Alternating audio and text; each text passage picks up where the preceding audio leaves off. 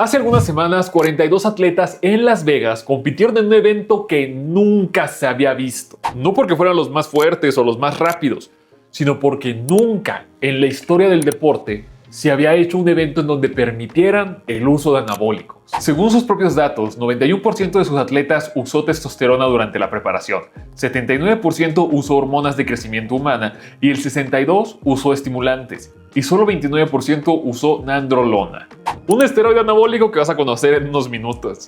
Este evento prometió que se iban a romper todos los récords olímpicos, que se iban a ver actuaciones nunca antes vistas y sobre todo, eso trajo una inversión muy fuerte hacia estos juegos. Y con esto que acaba de suceder, ¿qué son los esteroides? ¿Cuántos tipos existen? ¿Para qué funciona cada uno? ¿Y cuántos récords mundiales se rompieron? Porque lo que se pone en juego aquí no son las medallas, es su corazón.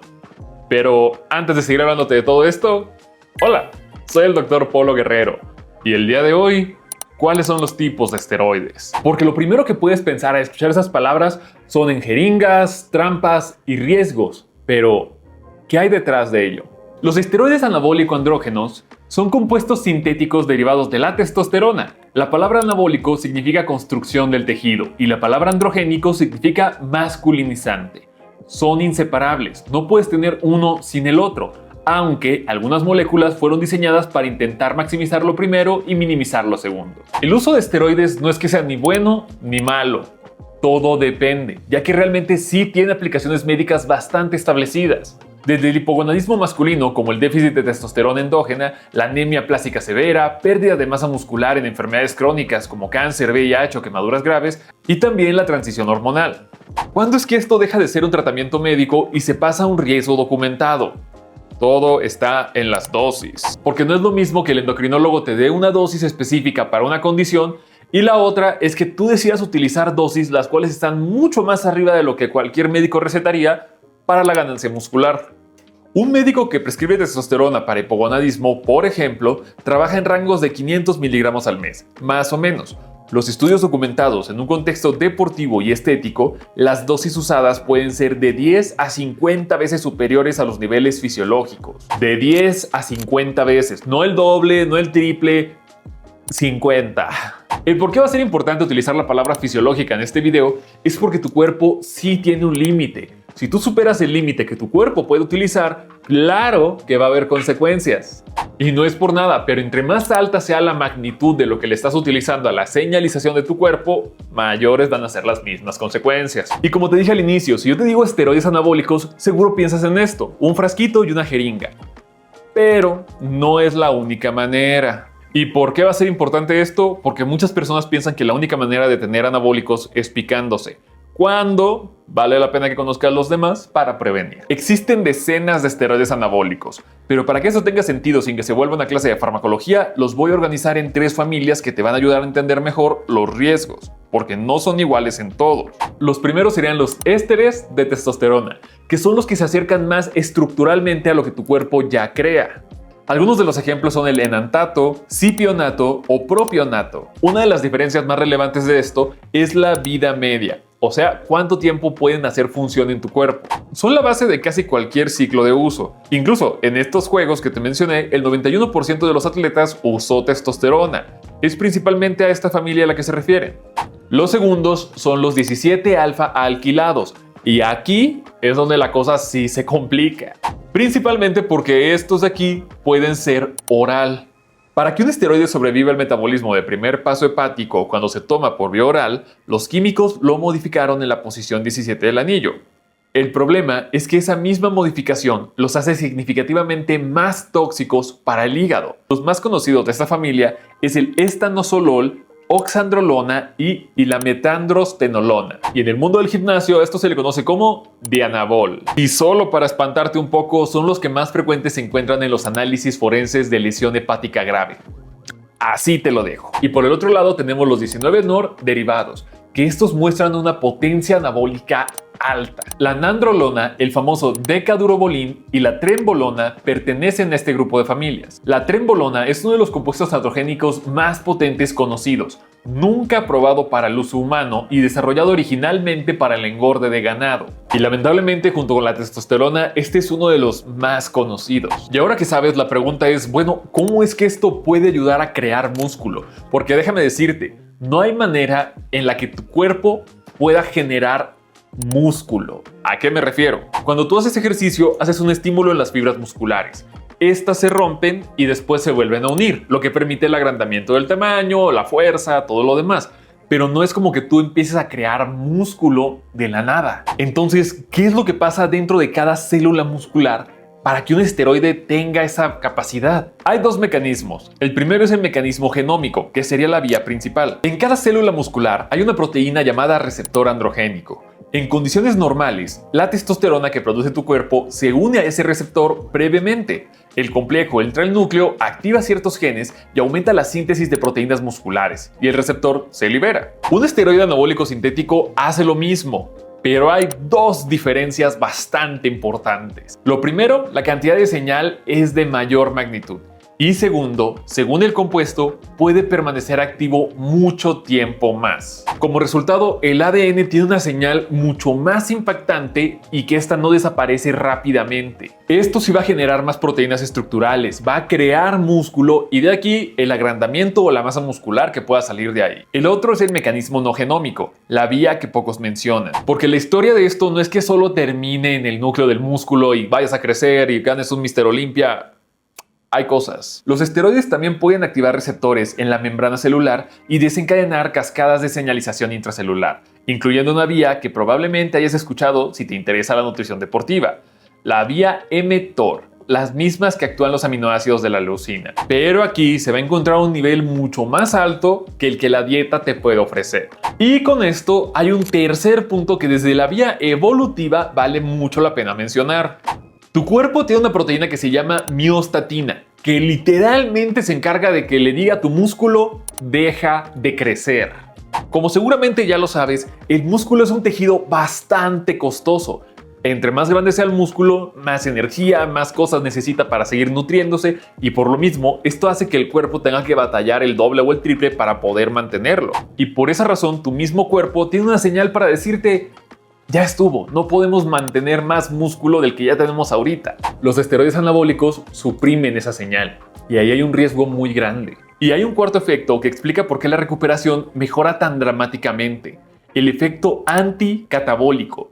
Los glucocorticoides como el cortisol, que se liberan en respuestas al estrés del entrenamiento, destruyen músculo. Los esteroides compiten con esos mismos receptores. El catabolismo post-entrenamiento se frena, lo que hace que no solo crezcas más, sino que pierdes menos. Antes de continuar con este video, te quiero hacer dos preguntas. La primera, si ya le diste like al video, y la segunda, ¿dónde crees que existan estos receptores androgénicos en tu cuerpo? Porque hasta este momento solo hemos hablado de el músculo esquelético, lo que puede ser el bíceps, el tríceps, cuádriceps, pero ¿recuerdas que te dije que tu corazón también estaba en riesgo? Esto es porque tu corazón también tiene receptores androgénicos. Y si tu corazón recibe las señales para que tu músculo crezca, el corazón crece, y un corazón muy grande no es buena idea. El crecimiento cardíaco patológico no funciona igual que el crecimiento del bíceps. Yo soy fiel creyente de algo que se llama ley del intercambio equivalente. Si tú quieres algo, tienes que dar algo de igual valor para que eso ocurra.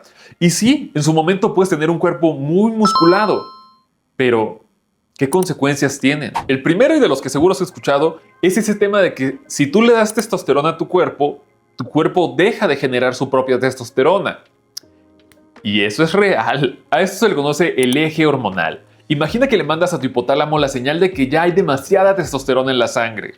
Lo que hace, frena su propia producción. Deja de liberar la hormona que le dice a tu hipófisis que produzca la LH y FSH. Y sin LH, los testículos dejan de producir testosterona endógena. Y de paso, dejan de producir espermatozoides. El resultado de esto es la atrofia testicular y la infertilidad. Pero la testosterona no solo sirve para reproducirse, sino que es una de las piezas indispensables para la longevidad de la vida del hombre. O sea, tiene demasiadas funciones. Y con esto se puede volver dependiente a que si ya no las produce, tú le tengas que dar. Cuanta más testosterona artificial entra, más se apaga el sistema propio. Es uno de los efectos más documentados y uno de los que más se tarda en revertir. Otro efecto es la ginecomastia. El exceso de andrógenos puede aromatizarse, lo cual convierte en estrógenos a través de una enzima llamada aromatasa. El resultado, tejido mamario en hombres irreversible sin intervención quirúrgica. En el hígado, especialmente los esteroides orales tipo 17-alfa, causan la hepatotoxicidad, que puede ir desde la elevación asintomática de enzimas hepáticas hasta condiciones graves, colestasis, hepatitis tóxica, peliosis hepática, quistes de sangre en el hígado y, en casos extremos, hepatocarcinoma. Y aunque esto pueda salir extremadamente mal, son cosas que seguramente tú ya sabes, que el hígado lo resiente, que dejas de producir testosterona, pero el que yo considero que es más grave es el daño que puede tener tu sistema circulatorio. Más específico, tu corazón. Este es el sistema en donde los datos de mortalidad hablan mucho más claro, y los esteroides anabólicos atacan al corazón desde diferentes vías. Hipertrofia ventricular izquierda patológica, disfunción diastólica, que el corazón no se relaje bien entre los latidos,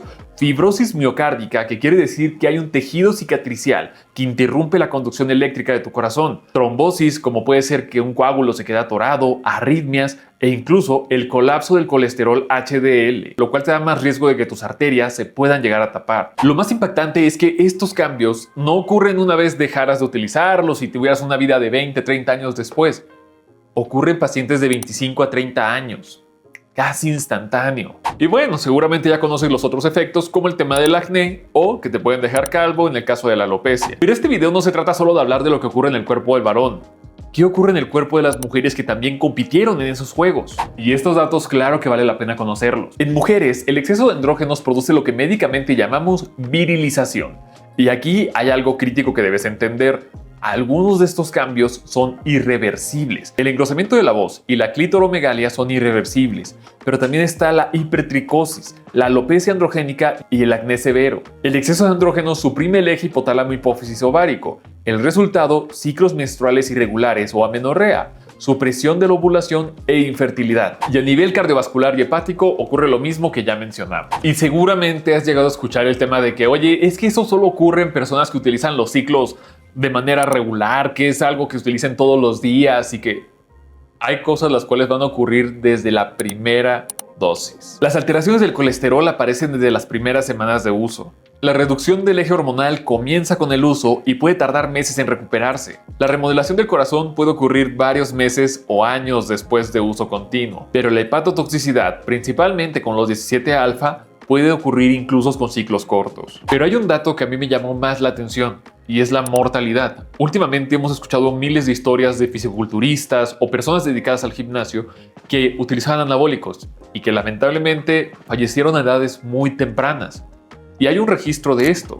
En 2024, el Journal of the American Medical Association siguió a hombres sancionados por el uso de esteroides en centros de fitness entre el 2006 y 2018. El resultado de esto fue que esas personas tenían el doble de riesgo de fallecer que una persona que no utilizaba los esteroides. Un estudio publicado en la revista Circulation de 2025, que siguió la misma corte danesa, encontró que los usuarios de esteroides tienen el doble de mortalidad y morbilidad cardiovascular comparado con controles de la misma edad y género. Entonces, ¿cuántos récords mundiales se rompieron durante este evento?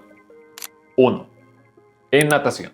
No porque los atletas no lo intentaran, sino porque el cuerpo tiene límites que van mucho más allá de la bioquímica, límites neurológicos, biomecánicos y estructurales, porque el músculo adicional no siempre se traduce en un mejor rendimiento. Con esto no quiero decir que los atletas que participaron están equivocados, porque todos son adultos y todos saben lo que están haciendo, y hasta el día de hoy yo no soy papá de nadie para regañarlos. Pero el doble de mortalidad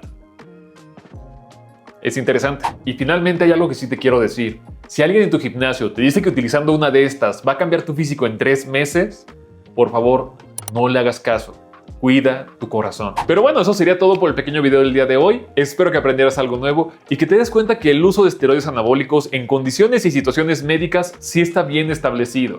Pero así como está bien establecido, los riesgos también son muy reales al quererlo llevar a una cuestión estética o por competición. Si te gustó este video, agradecería muchísimo que no olvides dejar tu me gusta. También, si te gusta este tipo de videos o los demás videos que tenemos en el canal, agradecería muchísimo que no olvides la suscripción.